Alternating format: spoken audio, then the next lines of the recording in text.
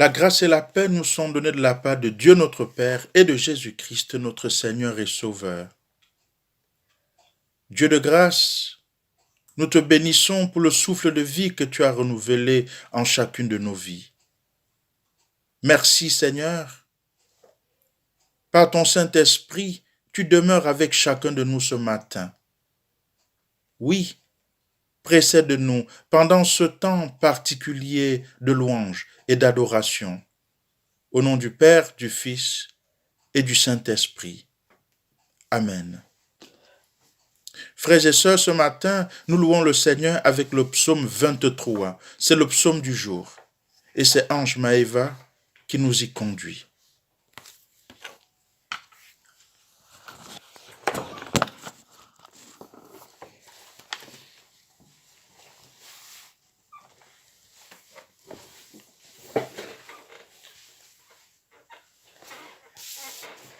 Psaume 23. Le Seigneur est mon berger, je ne manquerai de rien. Il me fait reposer dans des champs d'herbes vertes. Il me conduit au calme près de l'eau. Il me rend des forces. Il me guide sur le bon chemin pour montrer sa gloire. Même si je traverse la sombre vallée de la mort, je n'ai peur de rien, Seigneur, car tu es avec moi. Ton bâton de berger est près de moi. Il me rassure. Tu m'offres un bon repas devant les yeux de mes ennemis. Tu verses sur ma tête de l'huile parfumée. Tu me donnes à boire en abondance. Oui, tous les jours de ma vie, ton amour m'accompagne et je suis heureuse. Je reviendrai pour toujours dans la maison du Seigneur. Amen. Et nous chantons, pour louer le Seigneur, pour continuer notre louange, nous chantons au 46-10. 46-10. Ouvre mes yeux, Seigneur, la strophe 1, 3 et 5. Ouvre mes yeux, Seigneur, aux merveilles de ton amour. Je suis l'aveugle sur le chemin. Guéris-moi, je veux te voir. Fais que je marche, ô Dieu, aussi dur que soit le chemin. Je veux te suivre jusqu'à la croix. Viens me prendre par la main. Garde ma foi, Seigneur. Tant de voix proclament ta mort. Quand vient le soir et le poids du jour, ô Seigneur, reste avec moi.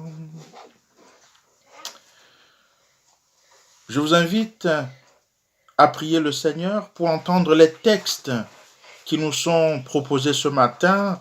Nous lirons 2 extraits de textes. D'abord, nous lirons dans l'Ancien Testament 1 Samuel au chapitre 16, les versets 1 à 3. Et nous lirons l'Évangile selon Jean au chapitre 9, les versets 2, 1 à 41. Versets 1 à 41. Mais avant, prions le Seigneur.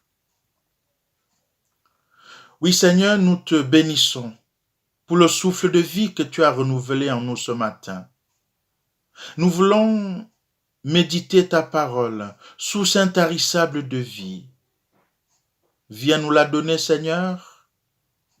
Dispose nos cœurs, notre intelligence et notre pensée, et rends-nous attentifs, afin que cette parole devienne parole de vie. Amen.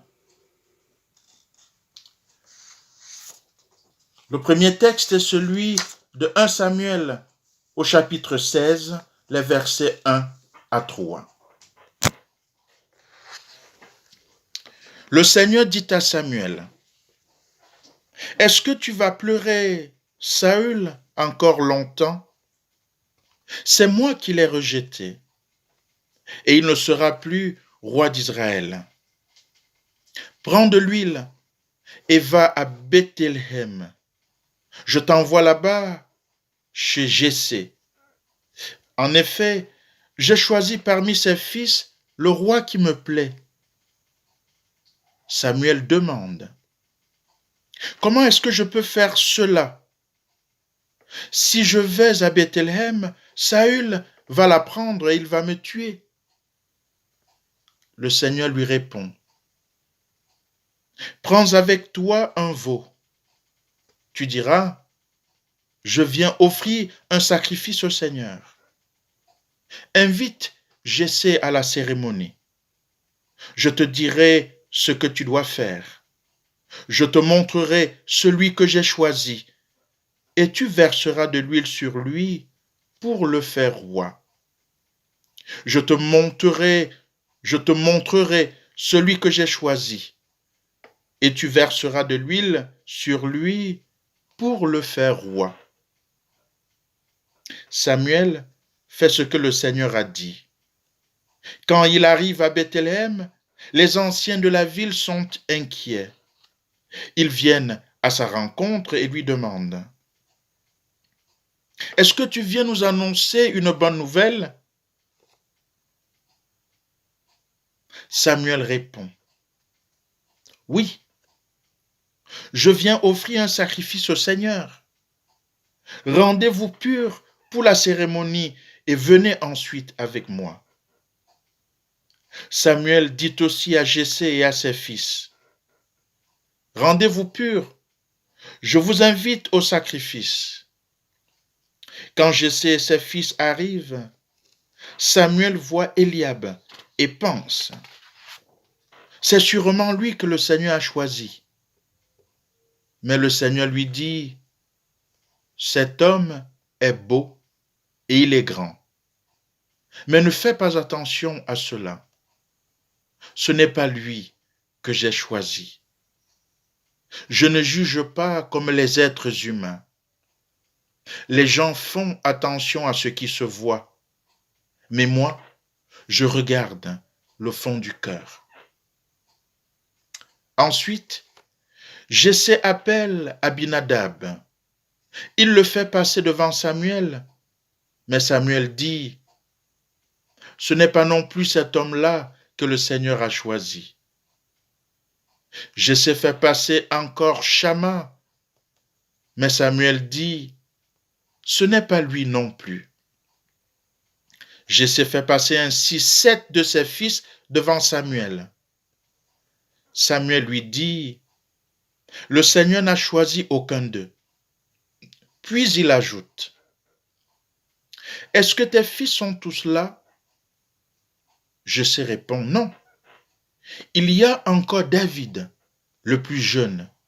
Il garde les moutons. » Samuel lui dit, « Envoie quelqu'un le chercher. Nous ne commencerons pas le repas du sacrifice avant son arrivée. » Aussitôt, Jessé fait venir David. David a le teint clair, avec de beaux yeux et un beau visage. Alors, le Seigneur dit à Samuel, « C'est lui. Verse de l'huile sur sa tête pour le faire roi. » Samuel prend l'huile et il la verse sur la tête de David devant ses frères. L'Esprit du Seigneur descend sur David et à partir de ce jour-là, il ne le quitte plus.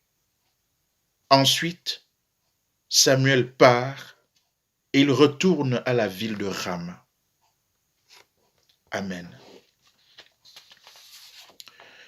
Le deuxième texte est celui de l'Évangile selon Jean au chapitre 9, les versets 1 à 41. Il est écrit, « Sur le chemin, Jésus voit un homme qui est aveugle depuis sa naissance. Les disciples de Jésus demandent, « Maître, cet homme est aveugle depuis sa naissance.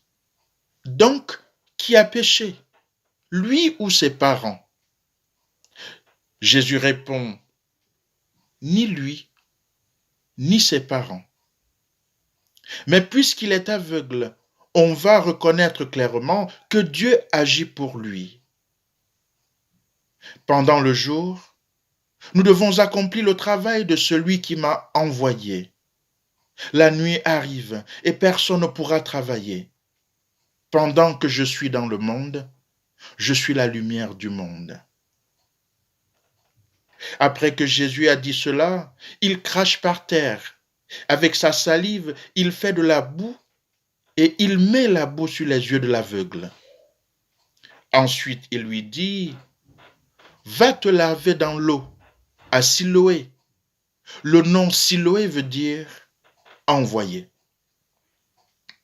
L'aveugle y va et il se lave. Quand il revient, il voit clair. Cet homme était un mendiant. Ses voisins et ceux qui avaient l'habitude de le voir avant disent, « Est-ce que ce n'est pas l'aveugle qui était assis et qui mendiait ?» Les uns disent, « Oui, c'est lui. » D'autres disent, « Non, c'est quelqu'un qui lui ressemble. » Mais l'homme dit, « C'est bien moi. » Alors les gens lui demandent, « Tes yeux se sont ouverts comment ?» Il répond, « L'homme qu'on appelle Jésus a fait de la boue. Il l'a mise sur mes yeux et il m'a dit, « Va à Siloé et lave-toi. » J'y suis allé, je me suis lavé et maintenant je vois clair. Les gens lui demandent, « Où est-il cet homme ?» Il répond, « Je ne sais pas. » On conduit chez les pharisiens l'homme qui avant était aveugle. Le jour où Jésus a fait de la boue et a ouvert les yeux de l'aveugle, c'était le jour du sabbat. Les pharisiens, eux aussi, demandent à l'homme, « Tu vois clair maintenant? Qu'est-ce qui s'est passé ?» L'homme leur dit, « Il m'a mis de la boue sur les yeux. Je me suis lavé et maintenant je vois. »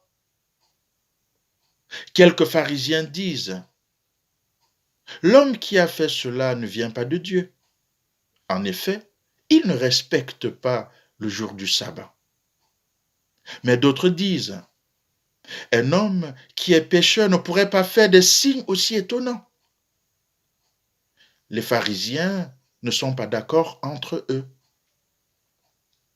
Alors, ils demandent encore à l'homme qui était aveugle, « Et toi, qu'est-ce que tu dis de celui qui t'a ouvert les yeux ?»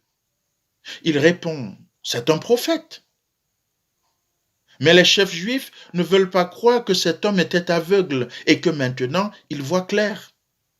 C'est pourquoi ils vont faire venir ses parents et ils leur demandent, « Est-ce que cet homme est bien votre fils? Vous dites qu'il est aveugle depuis sa naissance. Maintenant il voit.